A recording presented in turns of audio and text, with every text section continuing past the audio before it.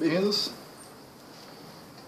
Vamos para um bate-papo muito interessante. Introdução interessante. Vamos conversar um pouquinho sobre criança interior. Eu sei. Recentemente a Barbara Brennan mencionou no livro dela que não existe criança interior, que isso é bobrinha.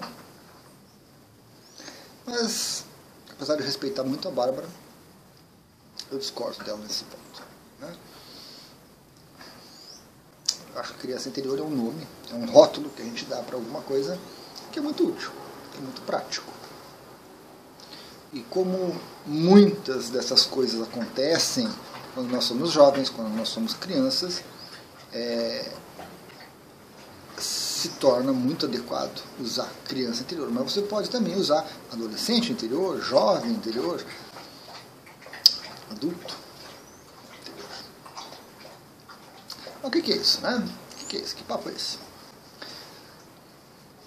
Em alguns momentos da nossa jornada, a gente acumula uma quantidade de energia psíquica muito forte, muito intensa, ligada a situações tanto boas quanto ruins. Em geral, o foco é o ponto ruim. Né? Em geral, o ponto negativo que deixou problema é o foco. Mas a gente acumula isso ao longo de toda a nossa jornada.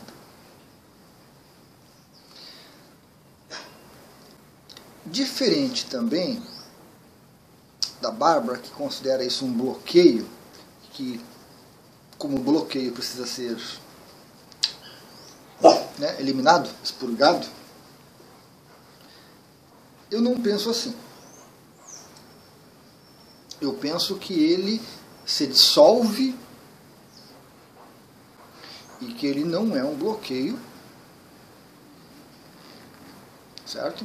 Ele vai se dissolver à medida que você integrar ele, porque ele não é um apêndice de você, um anexo a você que você simplesmente vai cortar fora e jogar em algum canto.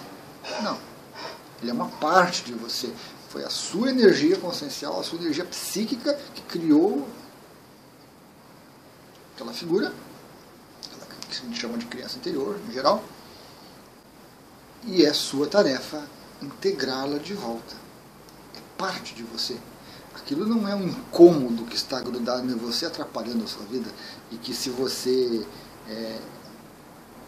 eliminar, se você chamar de bloqueio ou de algo, qualquer coisa ruim, você vai resolver a situação. Se você tratar como um bloqueio e se você tentar extirpar de você isso, aí sim você tem um problema. Porque é uma parte sua que não foi integrada. É uma parte sua que foi rejeitada, que foi negada, que foi perdida ao longo do caminho. Eu também não acredito, ou não concordo com algumas linhas que trabalham criança interior, que exista uma criança interior, certo? Eu penso que existem várias. Ao longo da nossa vida nós criamos, como eu mencionei antes, em vários momentos, nós como que soltamos alguma coisa que a gente não consegue lidar com aquilo no momento. Soltamos um pedaço da gente. É uma forma de defesa, talvez, é uma forma de lidar com a realidade, e é uma forma natural, porque acontece com todos os seres. Não é uma coisa patológica, não é uma doença. Então, faz parte também do processo de despertar, do processo de amadurecer, do processo de empoderar-se você. Retomar esses momentos, retomar essas crianças, jovens, adolescentes e adultos, e integrá-los a você. Integrá-los a você. Você se sentirá mais completo, você se sentirá mais íntegro, e você se sentirá bem com você, porque é uma parte sua que está ali que você acolheu, você trouxe de volta. Algumas linhas de pensamento estabelecem que é uma criança interior e que ela surge em algum momento da infância, da adolescência e pronto. Como eu disse, até pela minha experiência particular, são várias. Uma das mais interessantes minhas que eu encontrei ao longo do caminho é um bebezinho, loirinho, cabelo encaracolado, bem parecido com uma foto minha jovem, bem jovem, né? Bebezinho ainda. Mas apesar da forma infantil, angelical, como a gente normalmente trata os bebês, coisa e tal, ele tinha bastante atividade, bastante controle do corpo, né? Era apenas pequeno em tamanho, em aspecto, um pouco mais que um bebê de 6 meses talvez, não chegava a um ano, mas era extremamente enfesado, extremamente irritado. Tanto que o meu primeiro contato com ele ocorreu depois de uma meditação que eu fiz. Eu estava tranquilo, me observando, né? Já tinha terminado a meditação, e me veio essa imagem.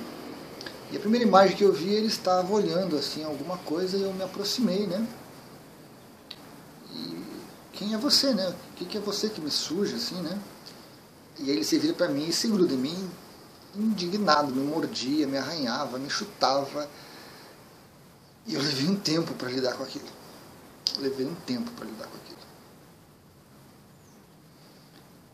E surgiu em outros momentos, né? A partir do momento que você começa a lidar com esse aspecto seu, ele vai retomar até que você o empurre para debaixo do tapete, isso toca a sua vida, né? Ou que você se predisponha a lidar com aquilo, resolver aquilo e integrar aquilo. Então eu comecei um trabalho de reconhecimento do que representava aquilo na minha vida, né? O que havia acontecido naquela época e o porquê, tentar entender o porquê daquela energia ter ficado presa lá atrás. Algumas conversas com a minha mãe na época, né? Uma informação aqui, outra ali, que vai surgindo por intuição, por insight, e eu consegui me aproximar dele. E eu creio que eu consegui também integrar a maior parte dessa energia. Sinto que ainda existe isso dentro de mim. Percebo que ainda existe dentro de mim isso. Mas de uma forma muito mais suave, muito mais tranquila, e que são apenas resquícios de algumas coisas que eu consegui integrar, né? Que eu consegui trazer para a minha consciência e absorver aquilo como algo natural, como algo meu, sem julgamentos, sem negações, sem fantasias, principalmente sem fantasias, né? Com muita racionalidade, com muita racionalidade. Então esse é um exemplo, uma situação. Tem outras. Por isso que eu digo, não concordo com a questão de que é uma criança interior. Então, encontrei esses pedaços de minha consciência perdidos, espalhados pela minha vida inteira, em diversos momentos. E à medida que eles iam surgindo, eu ia iniciando um trabalho de integração daquilo. Até que hoje resta um que outro pedacinho, mas que já não representa problema, que já não representa incômodo, que já não gera nenhum bloqueio, que já não gera nenhuma dificuldade. Mas me lembra, ocasionalmente, quando surge de alguns aspectos, né? Ficam mais como sinalizadores.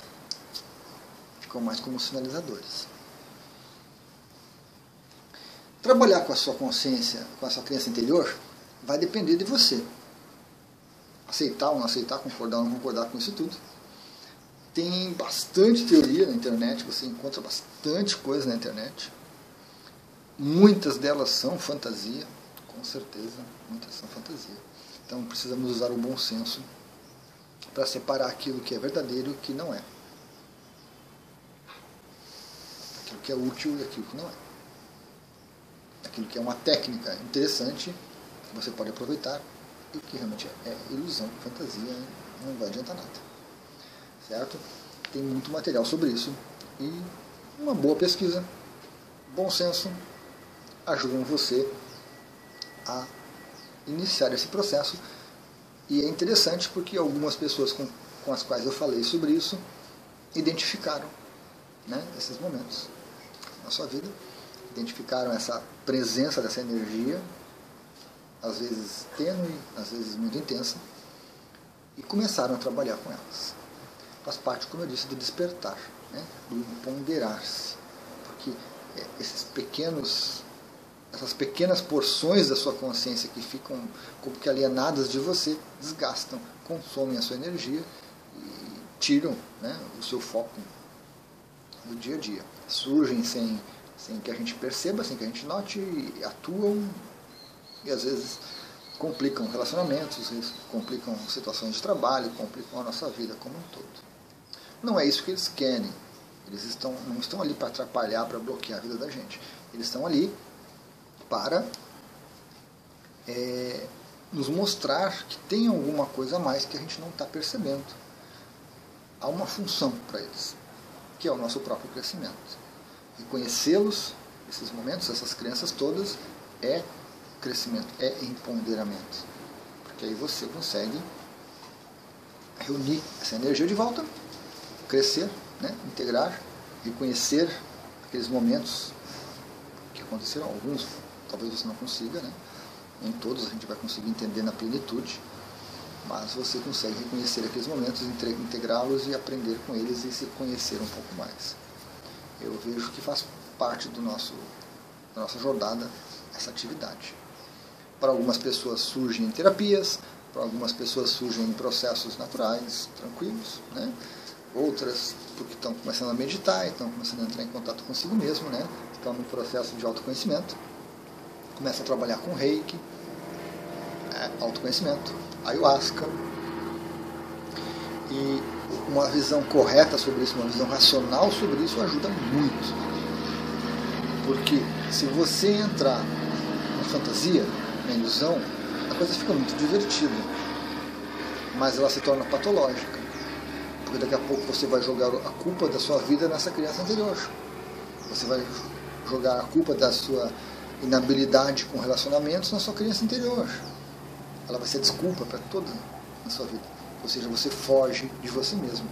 Você foge de assumir a sua responsabilidade e cai na culpa, no vitimismo e assim por diante. Certo? É um assunto muito interessante, mas é um assunto muito particular também de cada um, né? Interessante quando a gente consegue trabalhar isso com um terapeuta, quando isso vem à tona numa terapia, porque aí pode ser conduzida corretamente, né? Pode ser conduzida corretamente e pode se tornar muito benéfica para a gente, para o nosso crescimento mesmo. Legal, pessoal? Gratidão.